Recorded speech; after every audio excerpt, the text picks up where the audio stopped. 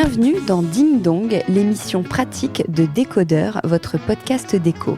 Je m'appelle Hortense Leluc, je suis journaliste déco et dans Ding Dong, on va parler conseils pratiques, trucs et astuces pour la maison.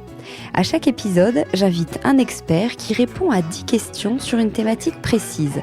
Ces fameuses interrogations du quotidien qu'on a tous un jour ou l'autre. Petits espaces, salle de bain, sol, couleurs, rénovation. C'est parti pour la foire aux questions.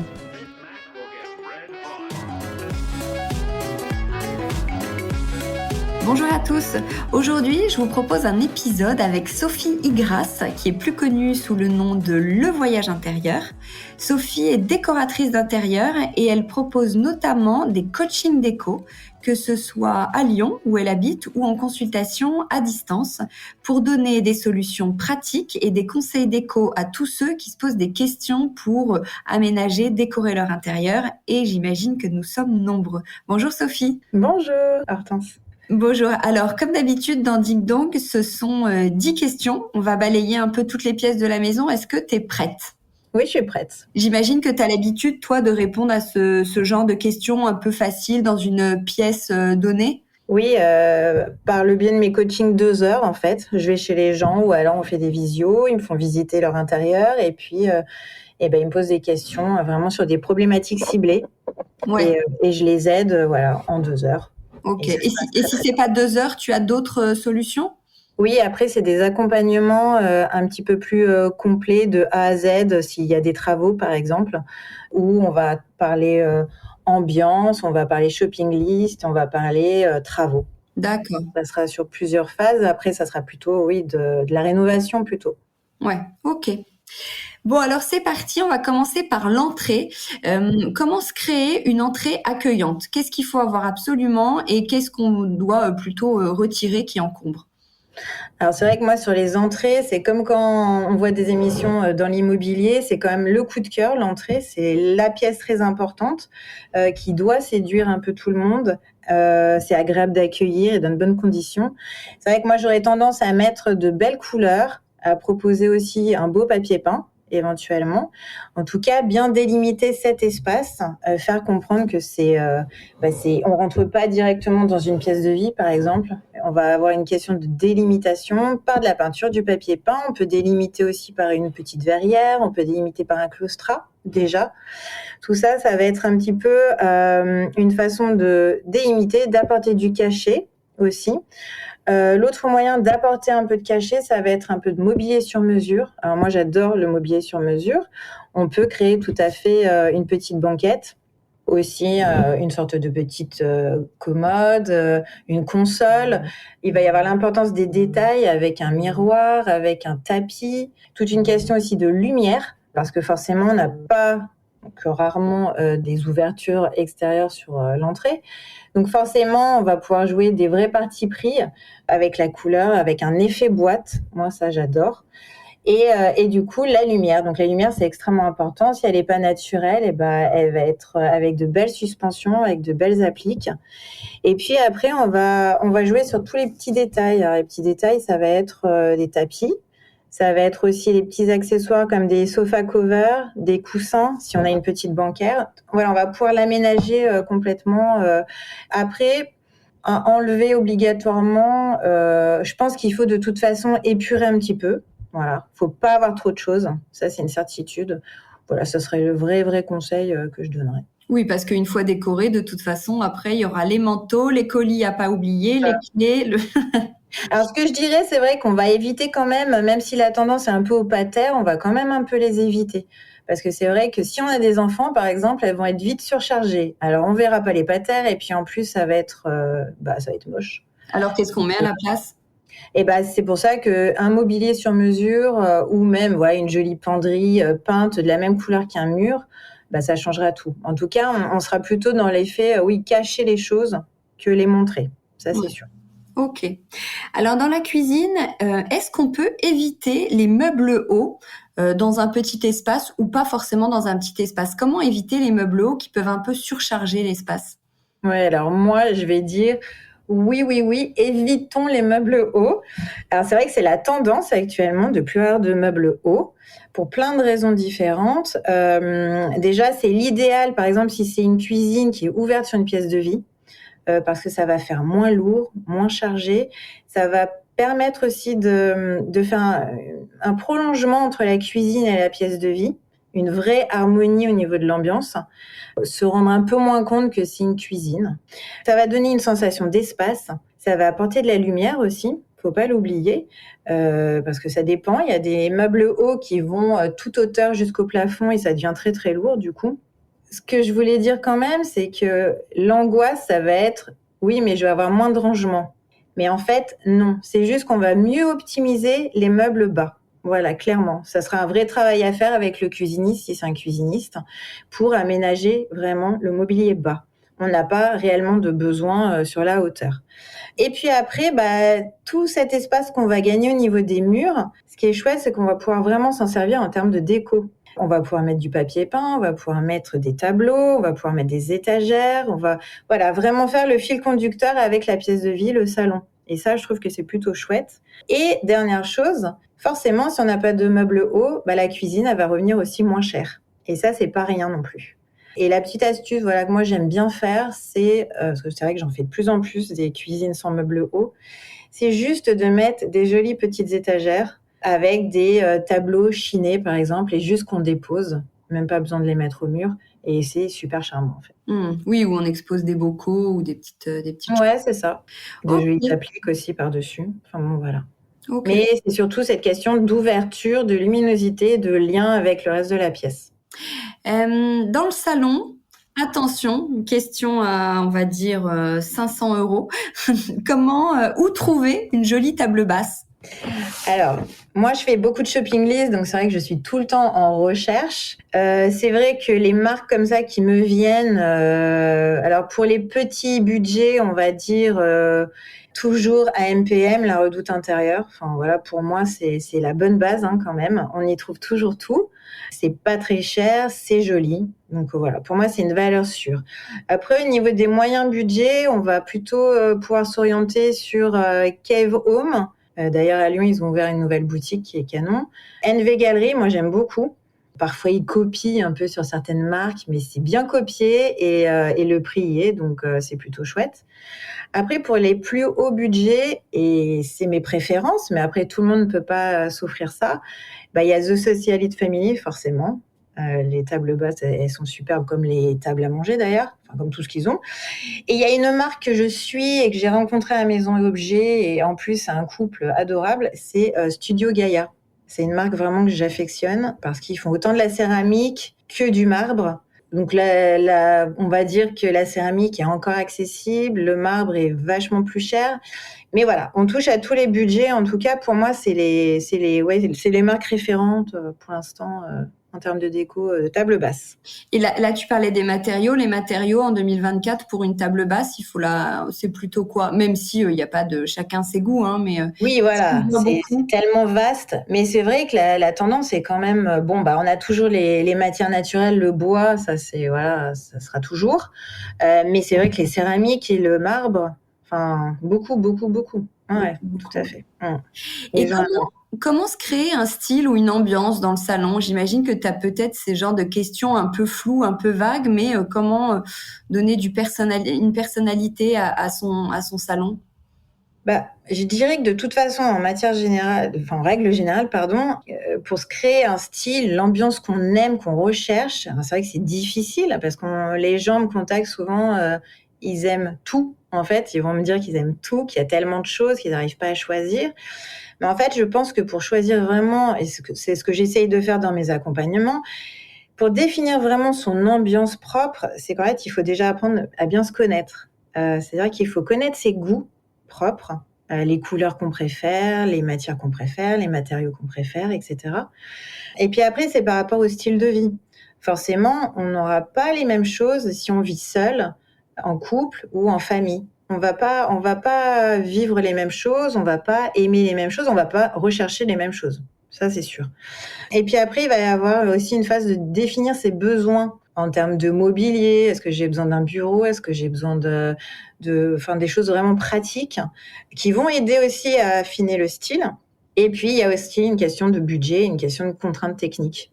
Forcément, le budget, si on n'aime que le design, mais qu'on n'a pas le budget qui suit, ça va être compliqué aussi de se faire un intérieur design, quoi. Donc, en fait, ça va être le travail de la décoratrice d'aider les clients dans ces cas-là pour vraiment aller vers ce qui leur ressemble le plus et à la limite, pourquoi pas faire un mix, quoi.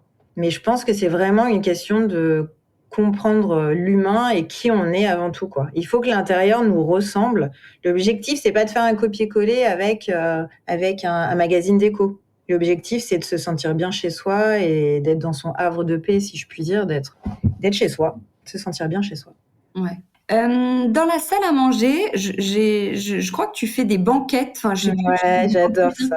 La banquette, on ose ou pas ça, enfin, c'est pas une question d'oser, ça apporte quoi et comment on fait une banquette? Alors moi, j'adore. C'est vrai que j'en fais souvent. Alors déjà parce que j'aime beaucoup le mobilier sur mesure. Après, mobilier sur mesure, il y a différentes façons de faire du mobilier sur mesure. Il y a bien sûr avec les menuisiers, avoir des plans techniques et le créer. Ça, c'est l'idéal, mais ça a un coût. Et puis sinon, bien sûr, il y a le IKEA Hack qu'on peut associer, donc du IKEA avec du Plume Living, et c'est très très bien, ça fait très bien l'affaire, c'est très joli et c'est différent. Après, la question de la banquette, moi, ce que je dis toujours à mes clients, quand je vais chez les gens et que je me dis, voilà, je verrais bien une banquette, je leur explique pourquoi et je leur dis effectivement qu'il y a un côté vraiment confort, fonctionnel, convivial. Ça, c'est une certitude. Dans une salle à manger, une cuisine, recevoir des amis, manger avec sa famille, ses enfants sur une banquette. Un coin banquette, c'est vraiment l'idéal pour le côté convivial, clairement. C'est accueillant, voilà. Après, il y a la partie vraiment déco. Parce qu'on peut vraiment jouer un vrai parti pris déco. Je sais pas, si on est dans une ambiance british, on va s'éclater avec des questions de motifs sur les coussins, sur la banquette, sur l'arrière-plan, si on met un papier peint derrière. Enfin, il y a tout ce qui se greffe autour, les chaises aussi qu'on va y associer. Et après, en détail aussi, une belle suspension au-dessus de la table. Et c'est tout ça qui va donner envie d'une banquette. Et puis après, il y a la vraie question du cachet. Ça apporte un charme fou. C'est pas vu partout. Et ça aussi, souvent, les clients, c'est ce qu'ils recherchent aussi. Ils n'ont pas envie toujours de faire copier-coller. Et une question auquel aussi on n'y pense pas, mais c'est important, et ça, je le dis toujours à mes clients, forcément, quand on achète un bien, on ne pense pas à la revente, mais il faut toujours y penser. Et le mobilier sur mesure, la banquette sur mesure, ça peut être vraiment des effets déclencheurs, ça peut être vraiment un effet waouh et un effet coup de cœur. Et donc, du coup, donc je dis oui, moi j'adore. Et encore oui. On commence à me connaître pour les banquettes. Je suis un peu relou à force. Tu partages souvent des inspirations de banquettes, mais je suis tout à fait d'accord avec toi. C'est quelque chose qui est très cosy, qui est très joli et qui peut être pratique. Non, c'est vraiment sympa. Dans la chambre, comment se créer une chambre comme à l'hôtel? Bon, la question est facile, mais en gros, formulée comme ça. Mais ce que je veux dire, c'est comment se créer une chambre, tu vois, cosy, douillette, accueillante. En fait, le truc, c'est que moi, je trouve beaucoup d'inspiration dans les hôtels. J'adore aller dans les hôtels. Et quand je vais dans un hôtel, moi, ce que je recherche, c'est de pas avoir la même chose que chez moi, en fait. Moi, bizarrement, et je pense que la majorité des gens, c'est ça. C'est qu'en fait, à l'hôtel, on va essayer de trouver des choses qui vont nous attirer, nous donner envie, mais on va pas avoir la force de le faire chez nous un peu. C'est un peu ça. Donc, du coup, si vraiment on veut se faire une chambre façon hôtel, pour moi, il va falloir miser à fond sur la couleur. Et moi, j'adore la couleur sombre. Donc, je miserai à fond sur une belle couleur profonde, très marquée. Après, ça va être joué sur toujours des luminaires très imposants, très originaux, très différents de ce qu'on voit. Et puis après, on va pouvoir s'amuser aussi sur des super beaux papiers peints. Alors, pourquoi pas mettre un très beau papier peint style Christian Lacroix. Est-ce qu'on l'oserait chez nous? Pas sûr. Mais dans l'hôtel, oui, on pourrait. Donc voilà, c'est du beau et il faut être audacieux en fait. C'est ce qu'on va essayer d'avoir dans notre chambre d'hôtel. Et puis après, c'est les accessoires. La différence, ça va être les rideaux, les coussins. Ça, c'est hyper important et c'est ce que je répète tout le temps à mes clients. Ça finalise tellement la déco Et voilà, que ça soit chez nous, à l'hôtel, partout. Et on va pouvoir jouer sur les motifs, les imprimés graphiques. Voilà, on va pouvoir s'éclater vraiment avec ça. Ok. Donc, c'est vraiment une question de oser, en fait. Et alors, tu nous parlais de papier peint. Quelle marque de papier peint tu aurais repéré ou tu nous recommandes pour les enfants, dans la chambre des enfants? Alors, j'ai 3 coups de cœur. Un gros coup de cœur très, très connu actuellement, c'est Maison Jeannette. Voilà, j'ai déjà travaillé plusieurs fois. J'ai fait aussi la chambre de ma fille aînée avec Maison Jeannette. Voilà, ils ont vraiment du papier peint tendance, actuel, mode, et qui fait vraiment la différence, même en termes de couleur. Ouais. Moi, j'aime vraiment. Ils ont des très beaux papiers peints avec des nuages, etc. pour les petits. En fait, c'est très poétique, très léger, mais par la couleur, le design, c'est hyper tendance. Donc, Maison Jeannette à fond. Deuxième marque que j'aime beaucoup, c'est Petit Bison. Petit Bison, c'est plutôt classique, un peu british. Mais ça fait vraiment, vraiment aussi la différence. Ça va être plus marqué, on va dire. Mais en même temps, c'est très frais, c'est très doux. C'est intemporel, j'aime beaucoup. Troisième marque, Room Blush. J'ai fait la chambre de ma petite avec un très beau panoramique Room Blush. Alors eux, c'est vrai que c'est plutôt du papier peint original. J'ai fait des chambres d'adolescentes, par exemple, et j'ai souvent conseillé Room Blush. Ça fait autant pour les petits que les ados. C'est très fun. Enfin, j'aime beaucoup au niveau du design. Ok, alors on passe dans la salle de bain. Quelle solution tu aurais éventuellement pour le linge sale? C'est une vraie question. C'est la buanderie, hein. Mais bon, tout le monde n'a pas de buanderie pour cacher. Donc, effectivement, dans la salle de bain, il n'y a pas, malheureusement, il n'y a pas 36 solutions. L'idéal étant, c'est vraiment le must-have, c'est d'avoir un placard avec le panier intégré, quoi. Où en fait, ça va être caché. Alors ça, il y a beaucoup, la majorité des marques en font, hein, Ikea, Leroy Merlin, enfin.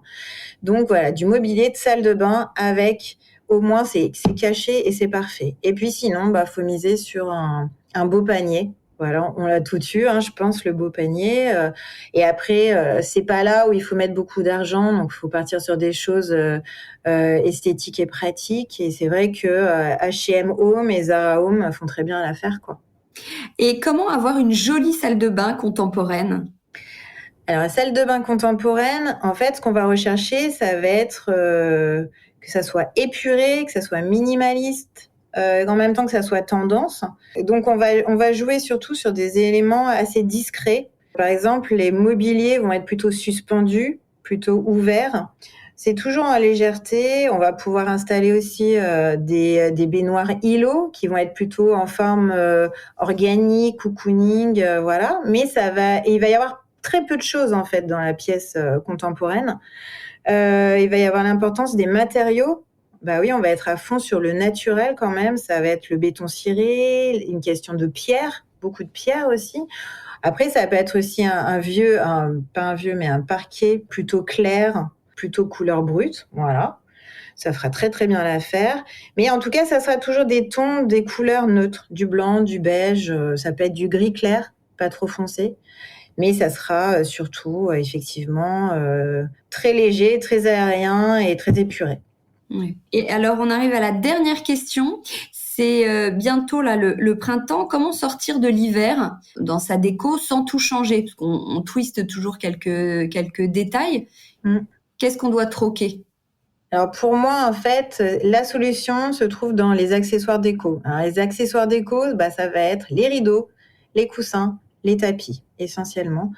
Tout ce qui finalise la déco, forcément, on va pas changer de mobilier l'été, l'hiver, on va pas changer les peintures. Donc en fait, ce qui reste, ça va être tout ça. Alors les rideaux, par exemple, l'hiver, vous allez avoir plutôt des rideaux un peu lourds, en velours, pour garder le côté cocooning. Et puis l'été, ça va être plutôt du lin, assez transparent, assez léger, aérien. Les coussins, pareil. L'hiver, ça va être peut-être plutôt des couleurs très unies, pas de motifs. Et puis l'été, on va partir sur des gros motifs, sur des fleurs, du design, du Liberty. Enfin, il y a plein de choses, même du relief aussi. Et puis les tapis, on peut partir sur l'hiver sur des tapis peut-être design ou très épais, très foncés. Et là, on va partir sur du toile de jute, sur des matières très naturelles. Voilà, ça va être un peu ça le jeu. Et ça marche très bien. Et puis ça fait du bien aussi de changer juste les accessoires et puis ça revient pas très cher. Ok, et ben merci beaucoup Sophie pour toutes ces réponses précises. Merci à toi de m'avoir accueilli. Pour ton expertise. Merci beaucoup Sophie. Ciao. Merci, au revoir. Décodeur, c'est terminé pour aujourd'hui. Merci beaucoup d'avoir écouté en entier. Si vous avez aimé cette émission, n'oubliez surtout pas de vous abonner au podcast pour ne pas rater les prochains épisodes. Bien sûr, vous pouvez aussi la partager en l'envoyant à vos proches ou en story Insta. D'ailleurs, vous pouvez me retrouver sur le compte Décodeur où je poste quasiment tous les jours. Et si jamais vous écoutez cette émission sur Apple Podcast et que vous avez 20 secondes, n'hésitez pas à laisser un commentaire. C'est juste sous la liste des épisodes. C'est comme partout, plus j'ai d'avis et d'étoiles, plus le podcast se détache et se fait connaître. Voilà, merci beaucoup et à très bientôt alors, ici ou ailleurs.